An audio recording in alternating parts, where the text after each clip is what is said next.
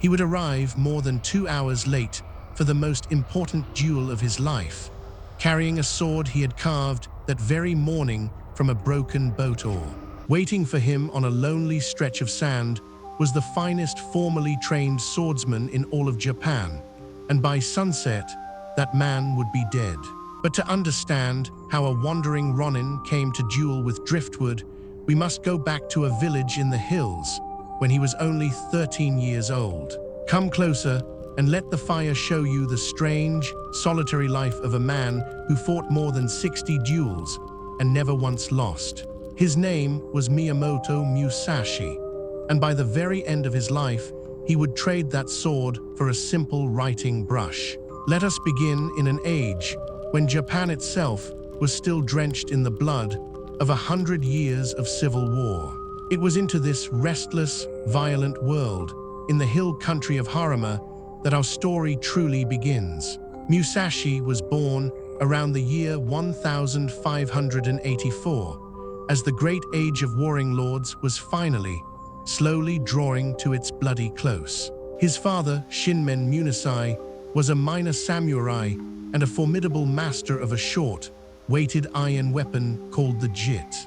Musashi was said to be a hard, exacting man, more devoted to the sword than to the small son who trained beneath it. Musashi's own mother, by most accounts, was absent from much of his early life, leaving the boy raised largely by relatives and duty. From his father, young Musashi learned early that a sword forgave no hesitation, and that weakness in a duel meant only one thing. He grew up wiry, watchful, and strange to the other village children, more comfortable with a wooden blade than with friends. Japan itself, in these years, was a patchwork of warlords endlessly scheming and slaughtering for supremacy over the whole nation. Into this restless, violent world, a strange boy with a frightening talent was about to make his very first, unforgettable mark. When Musashi was only 13 years old, a wandering swordsman named Arima Kihei arrived in his village, posting a public challenge to any who dared face him. Kihei was a grown man, trained and blooded, belonging to a respected sword school. No villager dared answer his challenge. No one, that is, except a lanky, unranked 13-year-old boy, who calmly walked forward and accepted the challenge himself. Kihei laughed at the insult of it, a mere boy answering a grown swordsman's challenge, and agreed with cruel amusement. Musashi came to the appointed field carrying no sword at all, only a plain wooden staff, roughly as tall as himself. When Kihei charged with his blade drawn, the boy did not flinch, did not run, and did not hesitate for even a single breath. He struck first and struck true, cracking his staff across the man's skull before the drawn blade ever found its mark.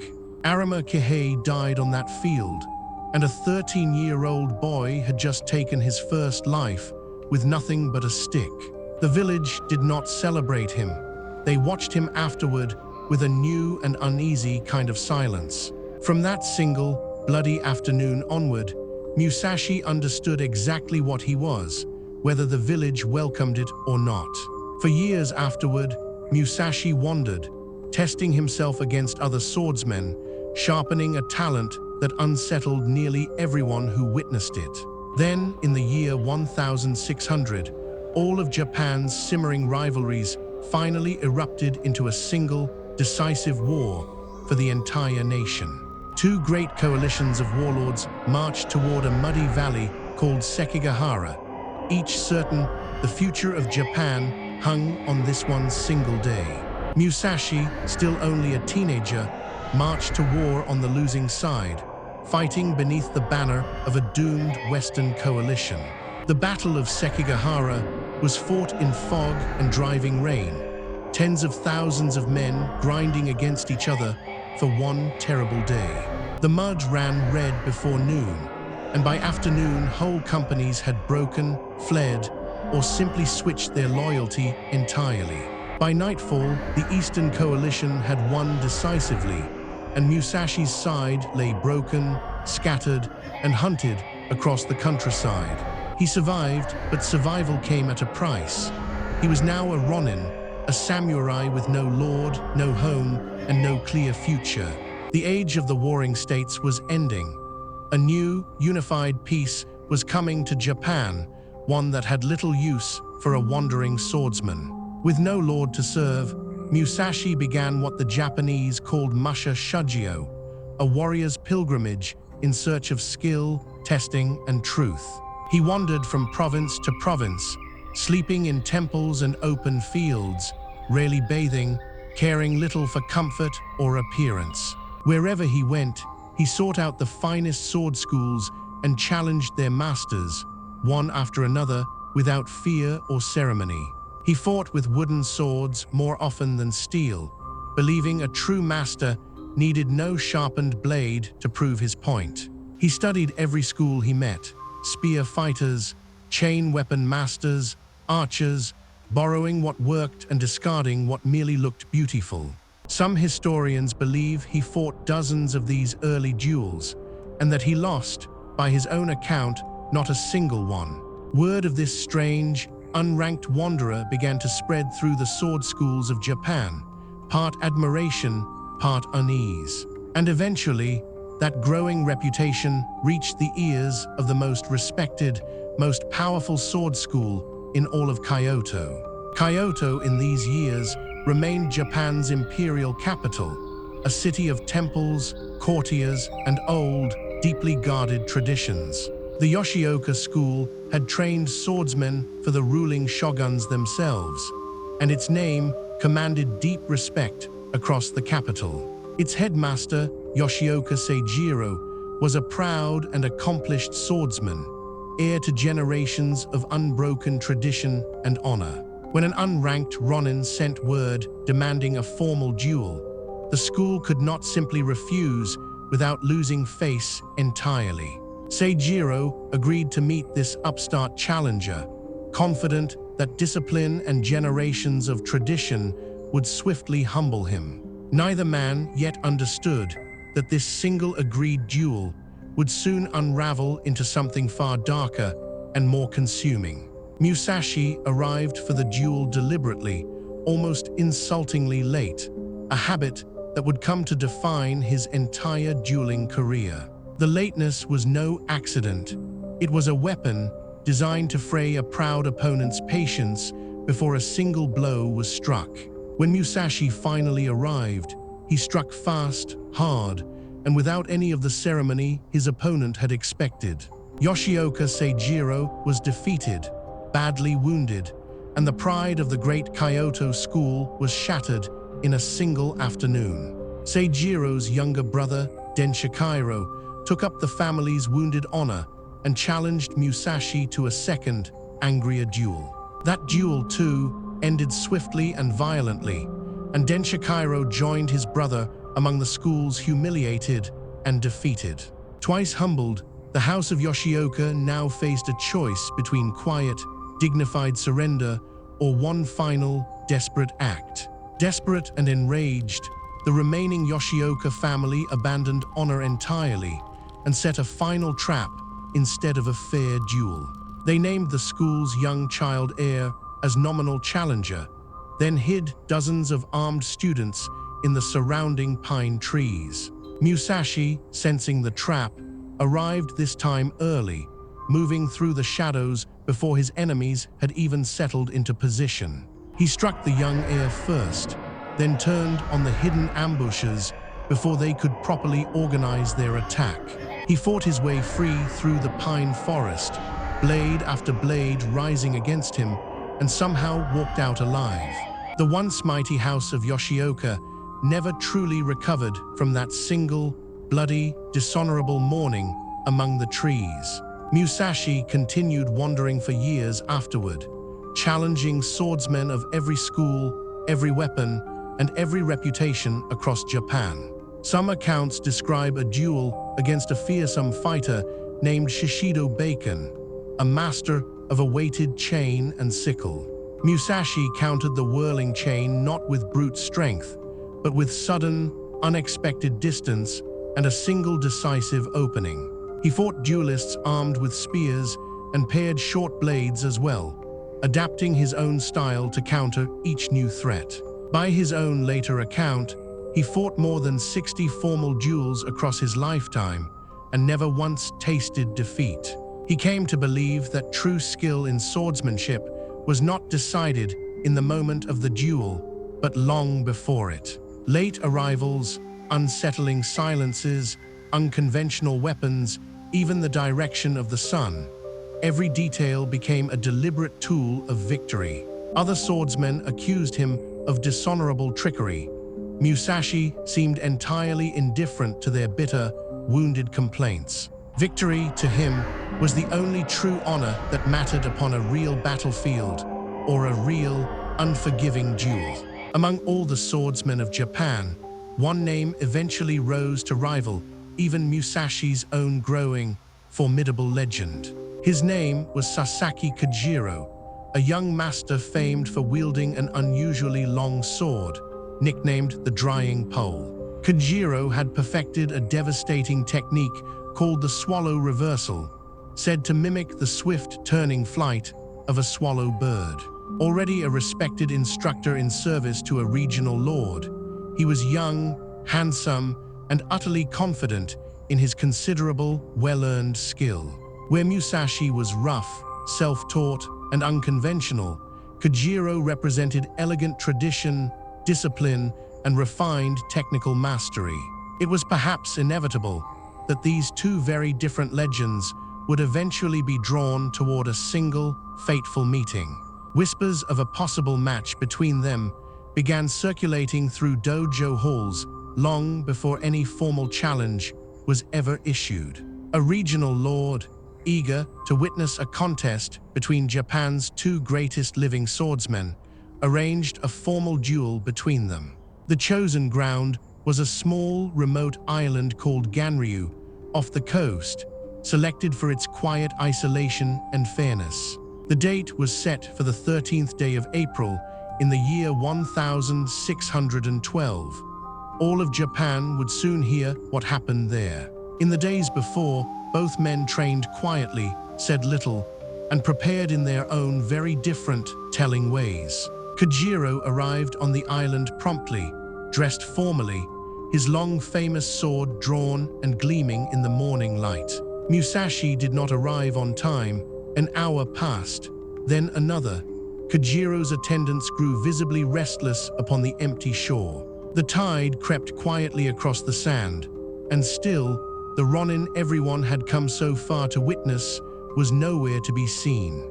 Musashi had deliberately delayed his crossing, riding a small fishing boat, rowed slowly out toward the waiting island.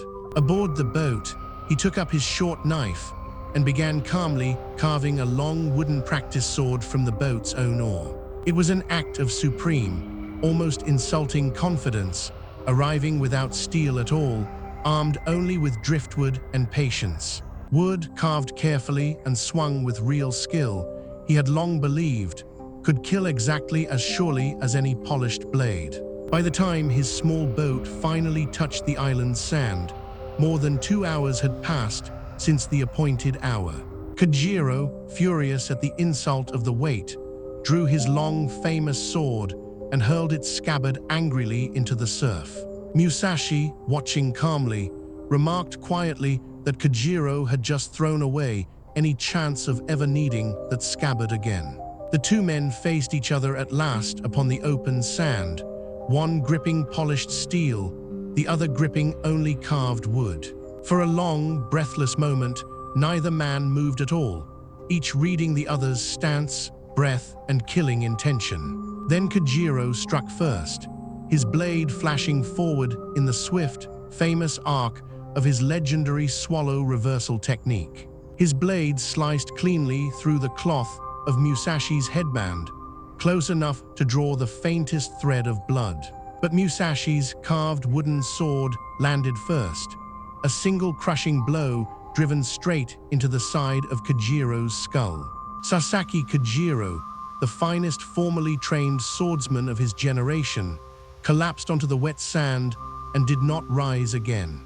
For a moment, Only the sound of the waves remained, indifferent to what had just ended upon that quiet shore. Musashi checked briefly for breath, then turned, and without another word, walked calmly back toward his waiting boat. News of the duel spread rapidly across Japan, and Musashi's name became legend, whispered with equal parts awe and unease. Some praised his tactical brilliance and unshakable nerve. Others quietly questioned the honor of arriving so deliberately, insultingly late. Kojiro's own students never forgave the manner of his death, and are said to have hunted Musashi in bitter, grieving vengeance. Musashi, whatever guilt or doubt he privately carried, never publicly spoke in detail of Kojiro or that violent morning again. He was, by now, undefeated in more than 60 duels, and yet victory itself had begun to feel strangely, quietly hollow. A man who had spent his whole life proving he could take life with ease had, perhaps, nothing left still to prove. It was around this uneasy, hollow point in his life that Musashi began, slowly, to change direction entirely. In the years that followed, Musashi slowly set aside the restless life of a dueling wanderer for something more settled. He began serving various regional lords as a respected advisor and instructor, teaching swordsmanship rather than merely practicing it. He formally developed his own distinctive style, called Naiten Ikai Ryu, the School of Two Heavens as One. Its central, startling innovation was simple. A swordsman should learn to wield both the long and short sword together as one. Most schools considered this heretical, wasteful, even impossible. Musashi had proven, again and again, that it was neither. In later years, the powerful Hosokawa clan of Kumamoto invited him south, offering him at last a true and settled home. His students found him a demanding, exacting teacher, more interested in genuine understanding than in comforting flattery or tradition. In these quieter years, Musashi discovered an unexpected second calling, one that had nothing to do with the sword at all. He began painting, with the same fierce, economical discipline he had once brought to a duel, using only ink and a brush. His paintings favored few strokes and vast empty space, capturing birds, branches, and stillness with startling, minimal precision. One surviving painting, a shrike bird perched alone upon a dead branch, is still admired centuries later for its stark, quiet power. He also carved wood, practiced calligraphy, and studied the disciplined stillness of Zen meditation in these later, quieter years. It seemed the same relentless focus that had once ended 60 lives now poured quietly, peacefully, into a single brush. Perhaps in ink and empty space, he had finally found something that violence alone had never truly given him. In his final years, Musashi withdrew to a quiet mountain cave near Kumamoto, known locally as Raigando, the Cave of the Spirit Rock. There, alone, in failing health, he began setting down everything a lifetime of duels and reflection had finally taught him.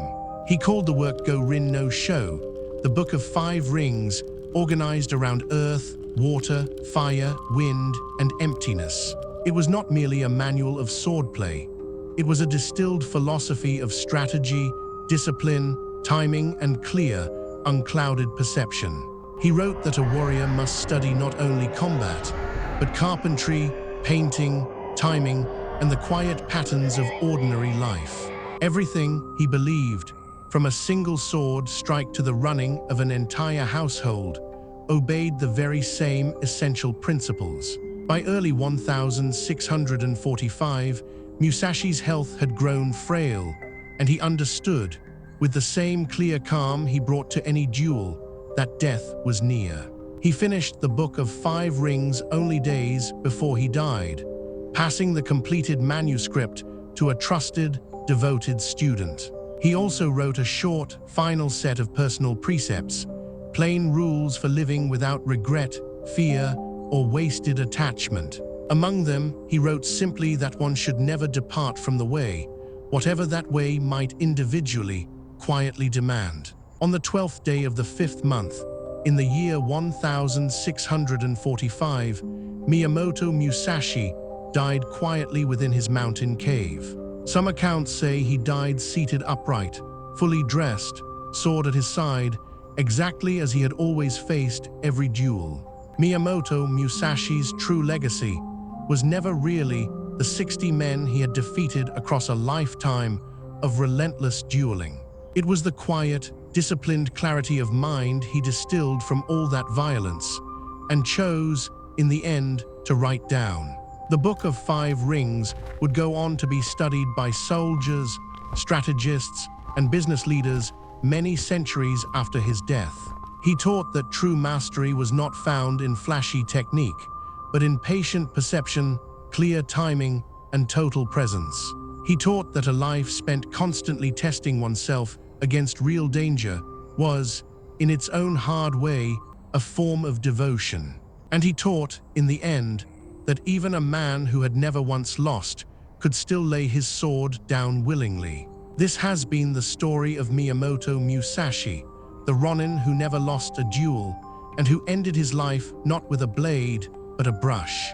Sleep now and remember that even the sharpest blade in time can be laid down quietly beside a single sheet of paper.